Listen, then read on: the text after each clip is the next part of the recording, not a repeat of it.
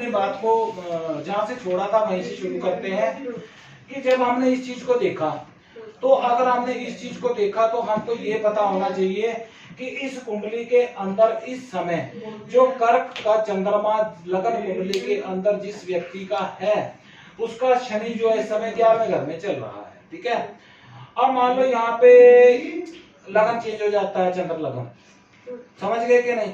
तो इसका अर्थ क्या हुआ कि कई बार हमारे को ये ज्ञान होना चाहिए कि इस व्यक्ति का चंद्रमा जो है, शनि जो है वो कहाँ पे गोचर कर रहा है और इसको क्या परिणाम दे रहा है। क्या तांबर का दे रहा है, क्या लोहे का दे रहा है, क्या इसको स्वर्ण के दे रहा है।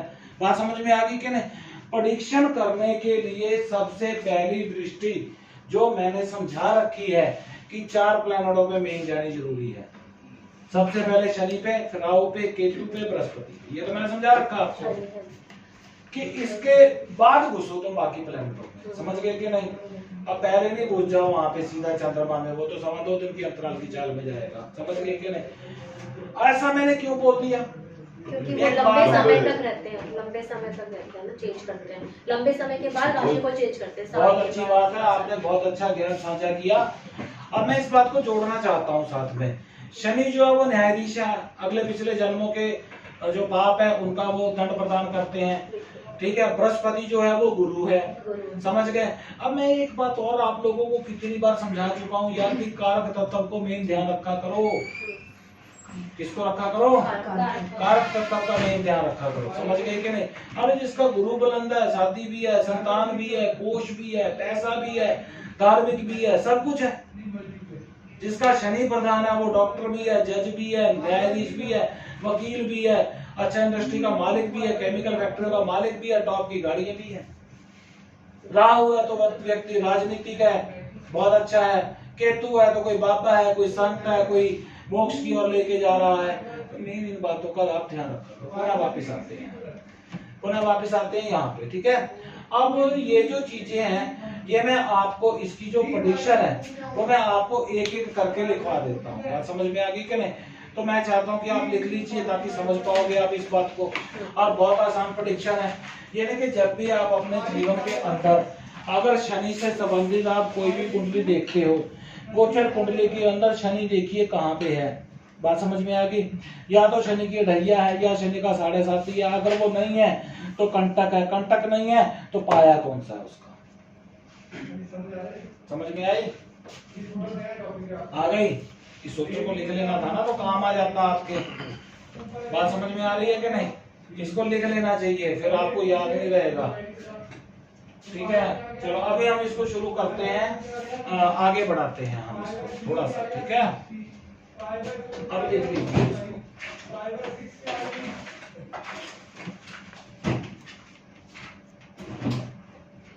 चलो अब एक बात बताइए, सबसे पहली बात तो हम आपको ये बताएंगे कि इस कुंडली के अंदर जो है वो किस प्रकार से आपका जो है वो बनता है, शनि का बनता है। ठीक है, सबसे पहले इसमें ये लिखिए कि अगर चंद्र राशि से 1 से 11वें स्थान में हो तो सोने का चरण,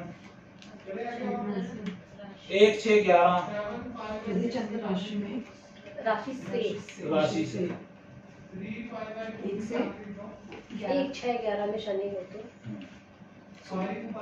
हाँ जी सोने का चरण, 2 5 9 में हो तो चांदी का, दोनों 2 5 9 तो चांदी।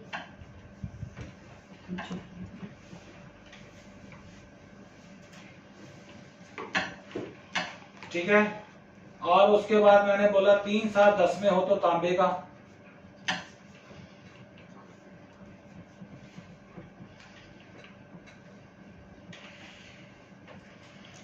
ठीक है, और कौन कौन से घर बचे इसमें? 4 8 12। उसको लिखो 4 8 12 में हो तो लोहे का।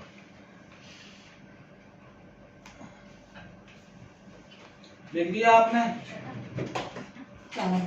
4 8 12। ठीक है जी।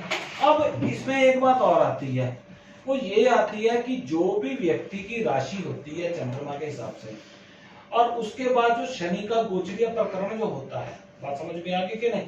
क्या सभी का संबंध चंद्र कुंडली से शनि का क्या सेम होगा? नहीं होगा, नहीं होगा, अलग अलग। हाँ अलग अलग होगा। यहाँ तक बात समझ में आ गई कि नहीं?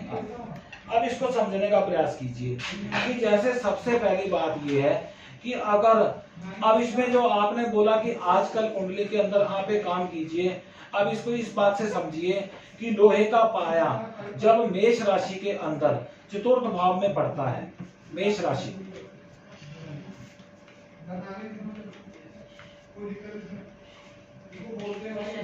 पंडित दोबारा बोलना नहीं।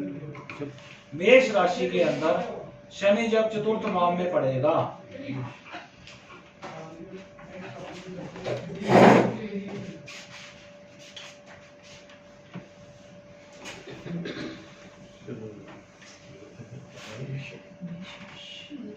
लोहे का पाया मेष राशि में शनि चतुर्थ भाव। शनि जब 4th हाउस में पड़ेगा, मतलब कि घर में होगा, मेरे को 4 8 12 40 पड़ेगा, ये क्या